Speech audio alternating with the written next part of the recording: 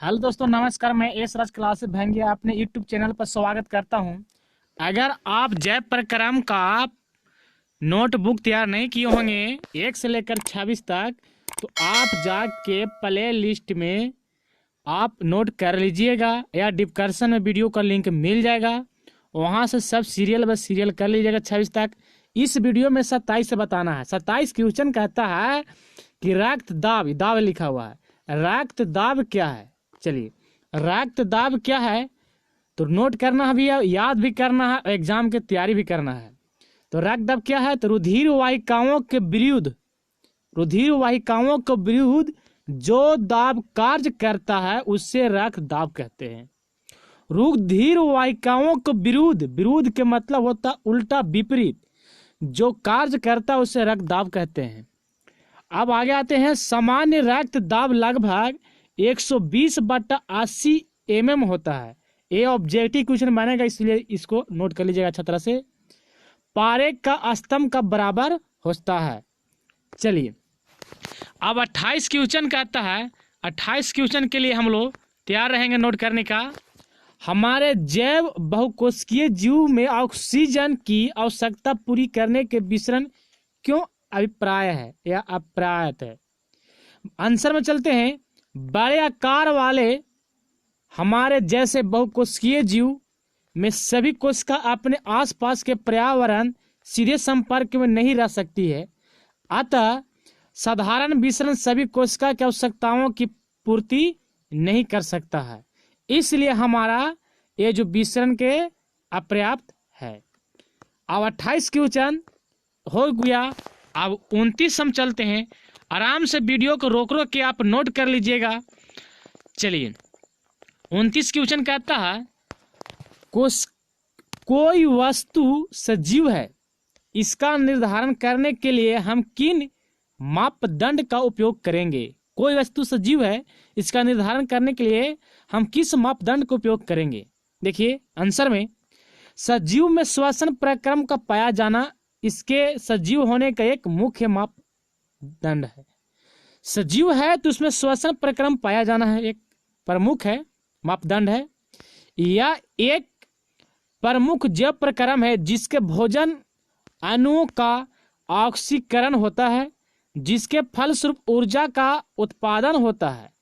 यह ऊर्जा का जीवन संबंधित क्रियाओं को सुचारू रूप से चलाने में सहायक होता है। ये चीज आप नोट कीजिएगा। सजीव को आपको निर्धारण करना है, इसको शर्त के बारे में लिखना है कि सजीव क्यों है, कैसे है। इस तरह क्वेश्चन रहेगा तो उसको जवाब आपको देना है। अब 30 क्वेश्चन चलते हैं। तो चलिए, 30 क्वेश्चन क्या कहता है।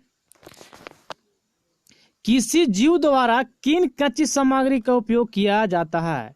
किसी जीव द्वारा किन कच्ची सामग्री का उपयोग किया जाता है। आंसर नोट करेंगे। किस जीव द्वारा कच्ची सामग्री का उपयोग किया जाता है।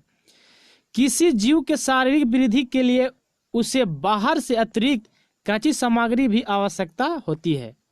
पृथ्वी पर जीवन कार्बन आधारित अणुओं पर निर्भर है।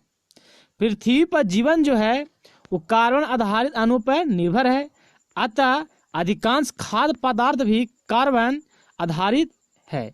इन कार्बन स्रोतों को जटिलता के अनुसार विभिन्न जीवों के विभिन्न प्रकार के पोषण प्रक्रम प्रयुक्त है, इसलिए हमको कच्ची सामग्री का उपयोग किया जाता है। चलिए, हमारे चैनल पर नए होंगे सब्सक्राइब कर लेंगे और दोस्तों के पास शेयर करें। वीडियो पूरा देखिए तभी समझ में आएगा, उसको बाद आप निर्णय लीजिए कि लाइक करना है क्या डिसलाइक करना है। लेकिन हाँ, चैनल पर आए होंगे तो जरूर कुछ करके जाइएगा। चलिए, थैंक यू, आगे बढ़िए। 31 क्वेश्चन। अब जीवन के अनुरक्षण के लिए आप किन प्रक्रम आवश्यक मानेंगे। जीवन के अनुरक्षण के लिए आप किन प्रक्रमों को आवश्यक मानेंगे। आंसर में, जीवन के अनुरक्षण के लिए निम्नलिखित प्रक्रम है आवश्यक मानेंगे। पहला आपको पोषण होता है, दूसरा श्वसन होता है, और तीसरा परिवहन होता है, और चौथा उत्सर्जन होता है। ये 4 चीज आपको जरूरी है। चारों का परिभाषा आप पीछे भी वीडियो में मिल चुका है आपको। चलिए, आपको अगर जानना चाहते हैं तो सभी नोटबुक इसको देख लीजिएगा, जैव प्रक्रम का आपको मिल जाएगा परिभाषा। अब चलते हैं 32 क्वेश्चन।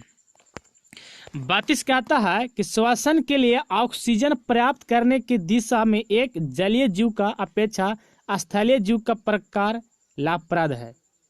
यानी बताया जाता है श्वसन के लिए ऑक्सीजन प्राप्त करने की दिशा में एक जलीय जीव जो है, जलीय जीव की अपेक्षा जो है स्थलीय जीव प्रकार लाभप्रद है। बताइए कैसे है? तो चलिए इसको आंसर हम लोग नोट करते हैं और याद भी करना होगा। जलीय जीव जल में विलय ऑक्सीजन का उपयोग करते हैं। जो जल में रहने वाला जीव जो है ऑक्सीजन का उपयोग जल में विलय ही से करते हैं, क्योंकि जल में विलय ऑक्सीजन की मात्रा वायु में ऑक्सीजन की मात्रा की तुलना में बहुत कम है। जल में जो ऑक्सीजन होता है वो वायु में ऑक्सीजन से कम होता है, इसलिए जलीय जीवों का श्वसन दर स्थलीय जीवों की अपेक्षा कम होती है। जलीय जीव का जो श्वसन दर होता है स्थलीय जीवों की अपेक्षा क्या होता है? कम होता है। ज़्यादा जो होता है स्थलीय जीव में होता है। जीव श्वसन के लिए वायुमंडल का ऑक्सीजन का उपयोग करते हैं। श्वसन के लिए ऑक्सीजन प्राप्त करने की दिशा में एक स्थलीय जीव का अपेक्षा जलीय जीव की अपेक्षा स्थलीय जीव का लाभप्रद है। यहाँ पर थोड़ा सा मिसफील्ड किया हुआ है, आप कर लीजिएगा पूरा। चलिए आगे अब चलते हैं 33 क्वेश्चन। मनुष्य में कितने प्रकार के दांत पाए जाते हैं? उनके नाम तथा कार्य लिखना है। मनुष्य में यानी हम लोग चलते हैं कितने प्रकार दांत पाया जाता है? मनुष्य में 4 प्रकार, कितने प्रकार के? 4 प्रकार के दांत पाए जाते हैं। कर्तनक, भेदक, अग्रचर्वनक तथा चर्वनक। देखिए कर्तनक काटने वाला दांत कहते हैं, यानी काटने वाला दांत को हम लोग कर्तनक कहते हैं। और भेदनक चीरने वाले फाड़ने वालों को भेदनक कहते हैं। और चर्वनक ये चबाने या पीसने वाला जो होता है सब चर्वनक होता है। और आगे वाला अग्रचर्वनक हो गया। अब चलते हैं 34 क्वेश्चन। 34 क्वेश्चन कहता है मनुष्य में ऑक्सीजन तथा कार्बन डाइऑक्साइड की परिवहन कैसे होता है? मनुष्य में ऑक्सीजन तथा कार्बन डाइऑक्साइड का परिवहन कैसे होता है? तो चलिए इसको समझिए। ऑक्सीजन वो होता है परिवहन, हीमोग्लोबिन फेफड़ों में पहुंचती हुई ऑक्सीजन का वायु में से ऑक्सीजन लेता है। वे ऑक्सीजन से उनके ऊतक तक ले जाता है जहां ऑक्सीजन की कमी है। जहां ऑक्सीजन की क्या है? कमी है। आगे चलते चलिए इसमें है फिर आगे कार्बन डाइऑक्साइड का वहन। कार्बन डाइऑक्साइड जो है जल में अधिक घुलनशील है, इसलिए इसका हमारे शरीर में ऊतक के फेफड़ों तक हमारे रक्त के प्लाज्मा में घुले हुए रूप में वहन होता है, जहां से इसके विसरण रक्त के वायु से होता है और फिर यह नासोद्वार द्वारा मार्ग में चली जाती है। इस तरह से ऑक्सीजन और कार्बन डाइऑक्साइड का मनुष्य में परिवहन होता है।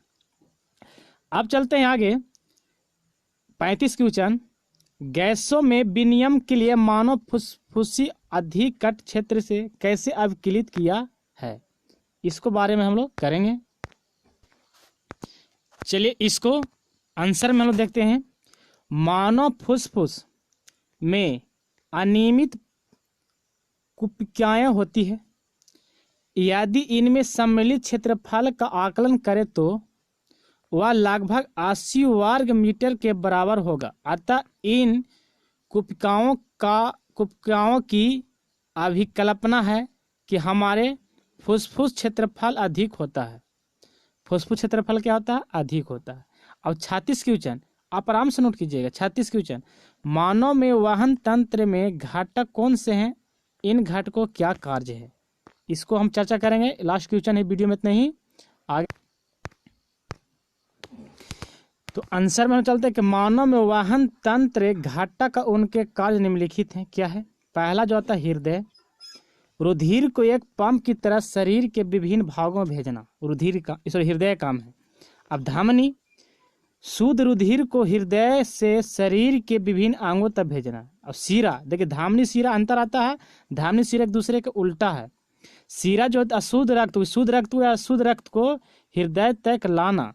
और कोशिका जो कार्य है रक्त को शरीर की संकीर्ण भाग एवं त्वचा को भेजना। और पंचो जो विमान मून या प्लेटस ये रुधिर का थक्का बनाने में सहायता करता है।